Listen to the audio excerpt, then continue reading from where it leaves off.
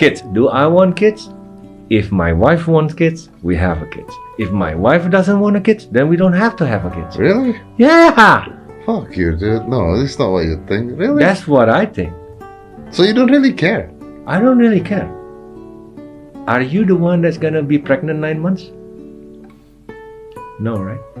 How can you pressure your better half to suffer like that if she doesn't want it?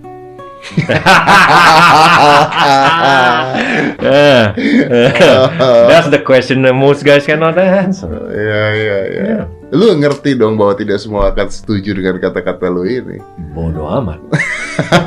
Mereka bisa jalanin hidup mereka dengan apa yang mereka percaya. Terserah. Saya nggak ngurusin hidup mereka, sama aja. Saya akan ngejalani hidup saya dengan apa yang saya percaya, selama saya nggak merugikan mereka. Simple.